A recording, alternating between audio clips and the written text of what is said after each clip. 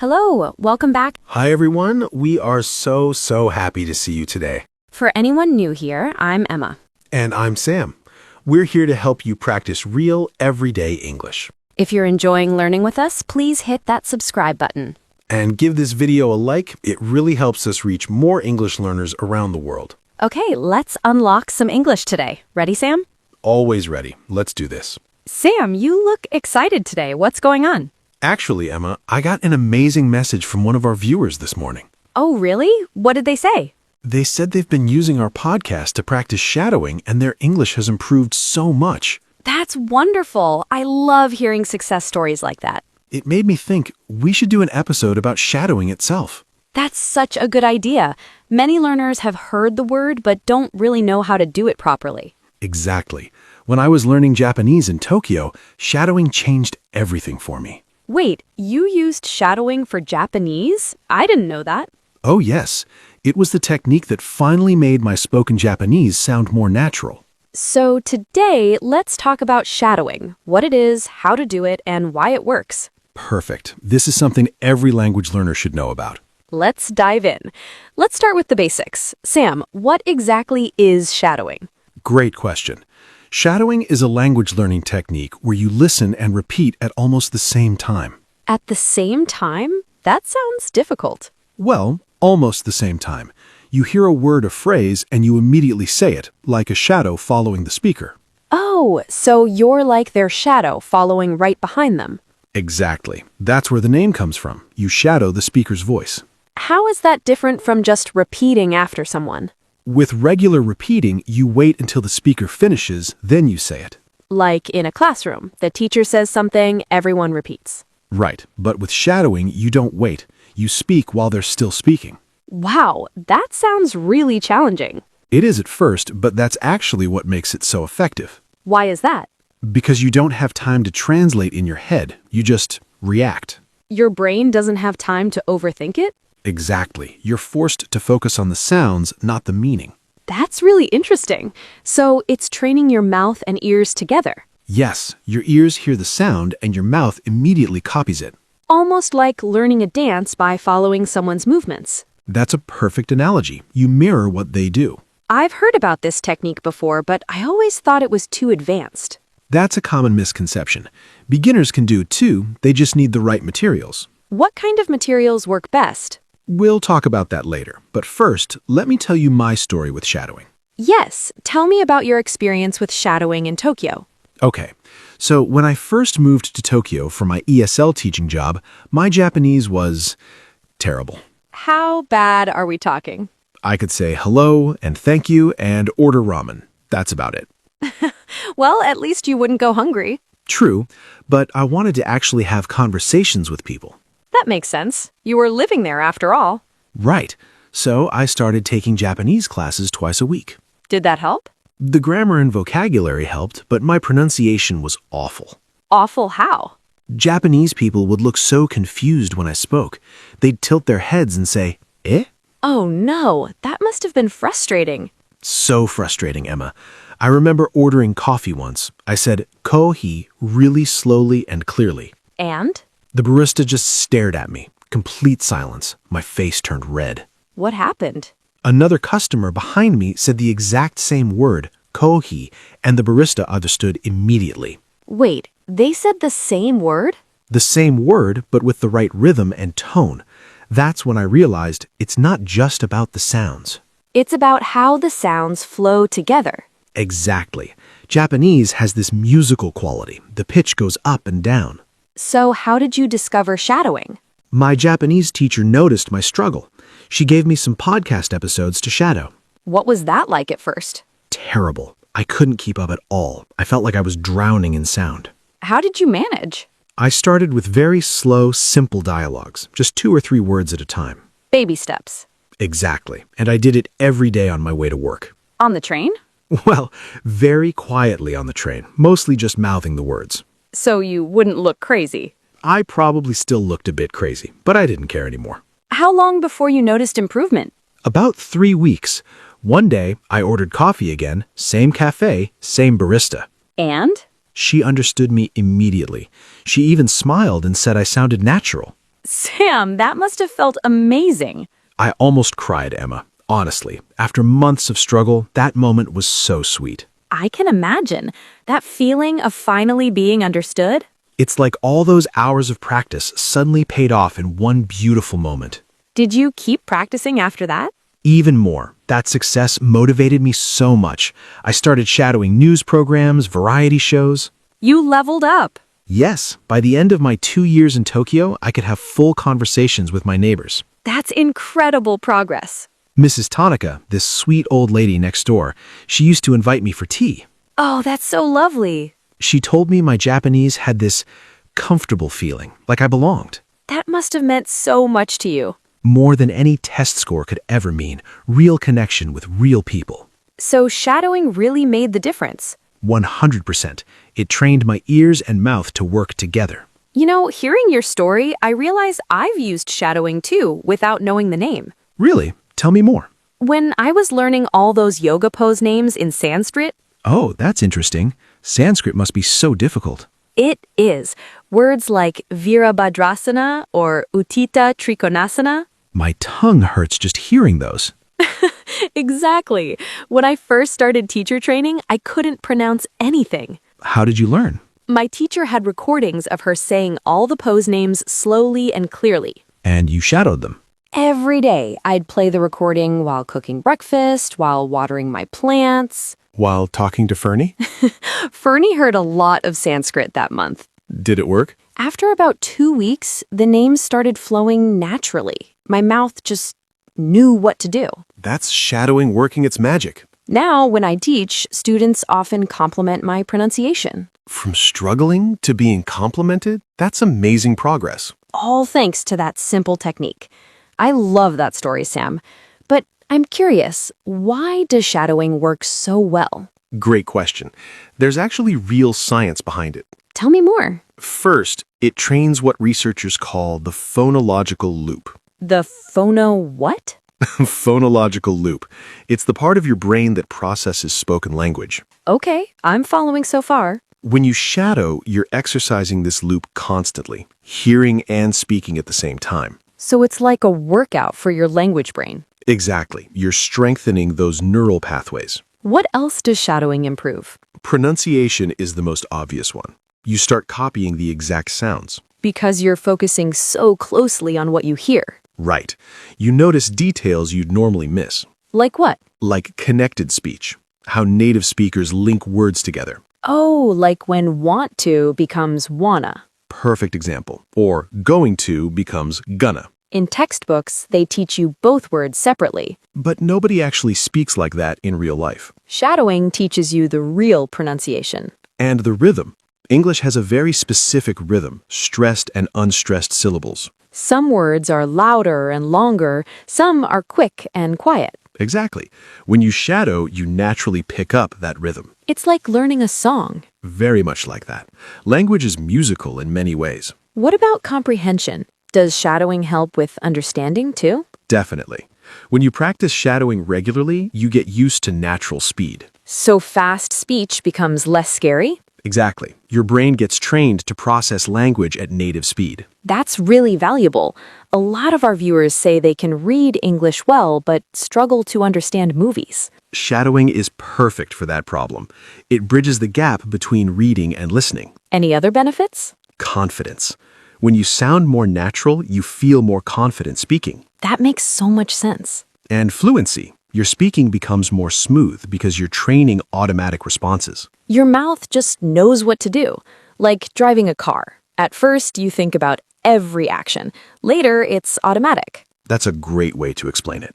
There's one more thing I want to mention about the science. What's that? Shadowing activates something called mirror neurons. Mirror neurons. I've heard of those. They're the brain cells that fire both when you do something and when you watch someone else do it. Like when you watch someone yawn and suddenly you want to yawn too. Exactly.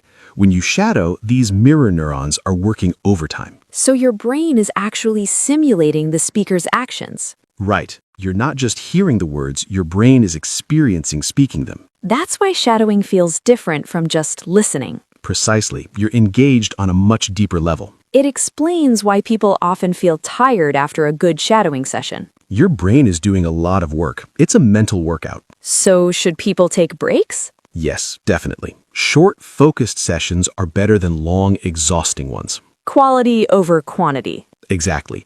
10 minutes of focused shadowing beats an hour of tired, unfocused practice. That's reassuring for busy people. It is. You don't need hours. You just need consistency and focus. Okay, Sam. Our viewers are probably excited to try shadowing now. I hope so. Let me share my step-by-step method. Please do. Step 1. Choose the right material. This is really important. What makes material right for shadowing? It should be slightly above your current level, but not too difficult. If it's too hard, you'll just get frustrated. Exactly. Start with something you can understand about 80% of. What formats work well? Podcasts are great, like this one. Also, audiobooks, TV shows, or speech recordings. Should people use materials with a transcript? Yes, having a transcript is very helpful, especially in the beginning. So they can read along if they get lost. Right. Some people shadow with the transcript first, then try without it. That's a good progression. Step 2, listen to a short section first, maybe 30 seconds to 1 minute. Don't try to shadow the whole thing immediately. No, that's a common mistake. Start with a small chunk. Break it into pieces. Exactly. Listen a few times first to get familiar with it. Okay, what's step 3? Start shadowing. Play the audio and speak along with the speaker. How close behind should you be? About half a second, maybe 1 word behind. Right on their heels. Right on their heels, yes, you're their shadow. What if you can't keep up? Slow down the audio. Most podcast apps let you adjust the speed to 0.75 or 0.8x. That's so useful. Technology makes this easier than ever. And there's no shame in using slower speed. Even I started at 0.7x for Japanese. What's step 4? Focus on specific things each time. Don't try to perfect everything at once. What do you mean? First round, maybe focus on just following the rhythm. Get the beat right. Second round, focus on pronunciation of difficult sounds. Pay attention to the tricky parts. Third round, try to match the intonation, the ups and downs of their voice. Breaking it down like that makes it less overwhelming. Absolutely. Small focus, big progress. What's the final step? Step 5, record yourself and compare. Ooh, that can be scary. I know, but it's so valuable. You hear things you couldn't hear while speaking. Your phone can do that easily. Just record yourself shadowing a passage, then play it next to the original. You'll hear exactly where you differ from the native speaker. And over time, you'll hear yourself getting closer and closer. That must feel so rewarding. It really is. It's concrete proof of your progress. Sam, what mistakes do people usually make when they start shadowing? Oh, there are a few common ones. Let me share them. Please do, so our viewers don't fall into those traps. Mistake number 1, choosing material that's way too difficult. Like trying to shadow a fast-paced debate show? Exactly. Or the news with complicated vocabulary. You'll just feel defeated. What should they do instead? Start with slow, clear speech. Children's stories, simple podcasts, or graded readers. Things designed for language learners can be good too. Yes, like our podcast. It's conversational but at a manageable pace. We're not too fast, I hope. We're perfect for practicing, actually. The dialogues are natural but clear. What's mistake number 2? Trying to understand every word while shadowing. Shouldn't you understand what you're saying? Eventually, yes, but while shadowing, your focus should be on the sounds. The meaning comes later. At first, yes, you might not understand everything. That's okay. So it's more about the physical act of speaking. Exactly. It's training your mouth and ears, not your vocabulary. That's a helpful mindset shift. Mistake number 3, not practicing consistently. How often should people shadow? Every day is ideal, even just 10 or 15 minutes. Small amounts, but regularly? Yes, consistency beats intensity. 10 minutes daily is better than 2 hours once a week. That's good advice for any skill, really. Muscle memory takes time to build. You need regular repetition. What's mistake number 4? Not paying attention to the rhythm and intonation, just focusing on words. Can you give an example? Sure. Listen to this. I'm going to the store.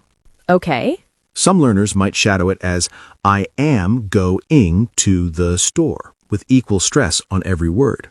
Oh, like a robot. Exactly. But native speakers say, I'm going to the store, with stress on certain syllables. The rhythm makes it sound natural. Without the rhythm, even perfect pronunciation sounds foreign. That's such an important point. And mistake number 5, giving up too soon. How long until people see results? 3 to 4 weeks of daily practice for noticeable improvement. That's actually not that long. It's not, but some people try for 3 days, feel frustrated, and stop. They need to push through the uncomfortable beginning. Yes, the first week or 2 will feel awkward. That's completely normal. Your brain is learning something new. Exactly. Trust the process and keep going. What about feeling silly? I felt so awkward talking out loud by myself. Oh, absolutely. When I first started, I felt ridiculous. What helped you get over that? Reminding myself that no one was watching and that everyone who's good at speaking went through this awkward phase. Every fluent speaker once practiced alone feeling silly. Exactly. Even famous actors practice their lines in private. No one starts polished. That's such a comforting thought. The awkwardness means you're growing. Embrace it.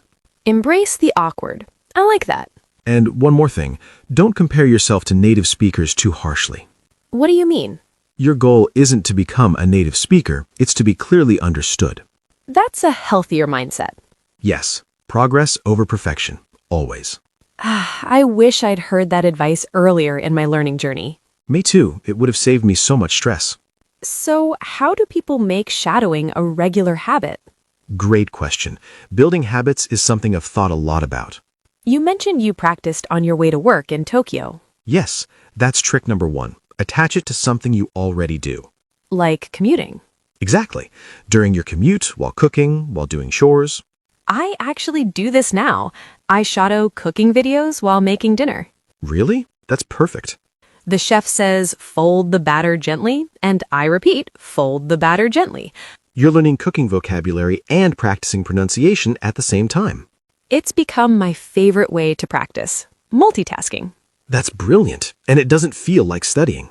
Not at all. It just feels like cooking with company, using time that would otherwise be wasted. I used to shadow while making my morning coffee, 5 minutes every day. While making coffee? Really? Mochi would give me strange looks, but it worked. Poor Mochi watching you talk to your phone. He probably thought I was crazy, but my Japanese improved, so who's laughing now? What else helps build the habit? Prepare your materials in advance. Don't waste energy deciding what to practice each day. Have a playlist ready. Yes, I have a folder on my phone with audio clips I want to shadow. So you can just press play immediately. No barriers, no excuses. What about people who feel too embarrassed to practice? Find a private space. Your bedroom, your car, the shower. The shower? I'm not joking. The water covers the sound. Nobody can hear you. Privacy helps you practice without self-consciousness. And you can be as loud and expressive as you want. What about tracking progress? That's so important for motivation. Keep a simple log. Just noting what you practiced each day? Yes, even a check mark on a calendar helps. Seeing a streak of check marks is motivating. It is. You don't want to break the chain. Any final tips for making shadowing stick? Join a community if you can. Share your progress with fellow learners. Accountability partners help. They really do. When someone else is counting on you, you show up. And you can celebrate progress together. Exactly. Learning language doesn't have to be lonely. Let's review our key vocabulary words from today. Great idea. These words will help you talk about shadowing in English. Our first word is shadow. When we use it as a verb, it's shadow. As a verb, shadow means to follow and copy someone closely. In language learning, you shadow a speaker by repeating their words almost simultaneously. Example, I shadow English podcasts for 20 minutes every morning. Now make your own sentence with shadow. Next is imitate. This is a verb. imitate.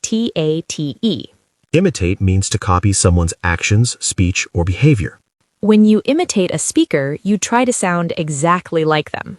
Example, children often imitate their parents' way of speaking. Create your own sentence with imitate. Rhythm is a noun, rhythom. Rhythm is the pattern of sounds and stresses in spoken language. English has a specific rhythm with stressed and unstressed syllables. Example, Mastering the rhythm of English helped me sound more natural. Your turn with rhythm. Pronunciation is a noun. Pronunciation. It refers to how you say words, the sounds you make when speaking. Good pronunciation makes your English easier to understand. Example, shadowing is one of the best ways to improve your pronunciation. Now make a sentence with pronunciation. Fluency is a noun. Fluency.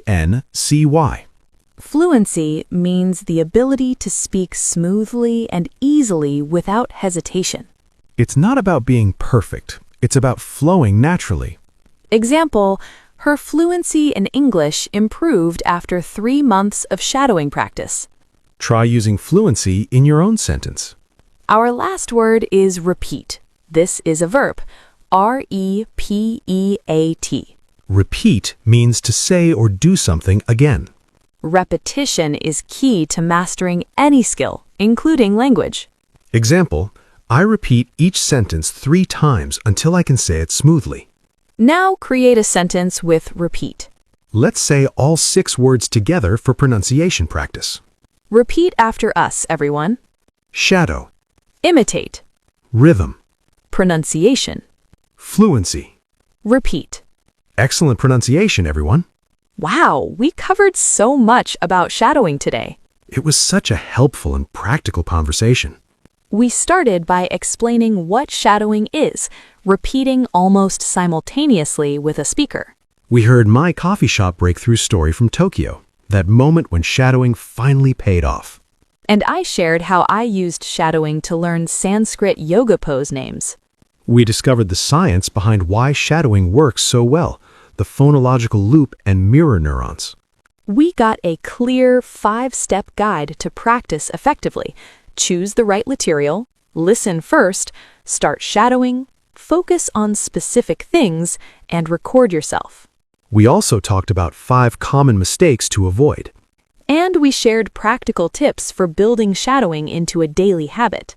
Plus 6 useful vocabulary words. Shadow, imitate, rhythm, pronunciation, fluency, and repeat.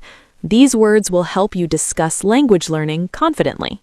We hope you feel ready to try shadowing yourself. Even just 10 minutes a day can make a huge difference over time. Time for our favorite part. The question of the day. Today's question is, have you ever tried shadowing? What was your experience like? If you haven't tried it yet, which material would you like to shadow first?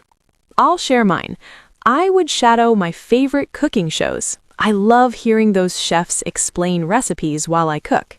And for me, I'd recommend starting with podcasts like this one, conversational but clear. You could even shadow this very episode. Start with the vocabulary section. Great idea. Those words are perfect for beginners to practice. Now your turn. Use our vocabulary words if you can. For example, I shadow English podcasts to improve my pronunciation and fluency. Or, I want to imitate native speakers to learn the natural rhythm of English. Share your answer in the comments below. We'd love to hear about your shadowing journey and your progress. Thank you so much for practicing English with us today. You're all doing an amazing job. If you enjoyed this video, please give it a thumbs up. And subscribe so you don't miss new videos. We'll see you in the next episode of English Unlocked. Until then, keep learning, keep practicing, and remember, Every word you learn opens a new door. and every time you shadow, you're getting closer to fluency. Bye, everyone. Goodbye.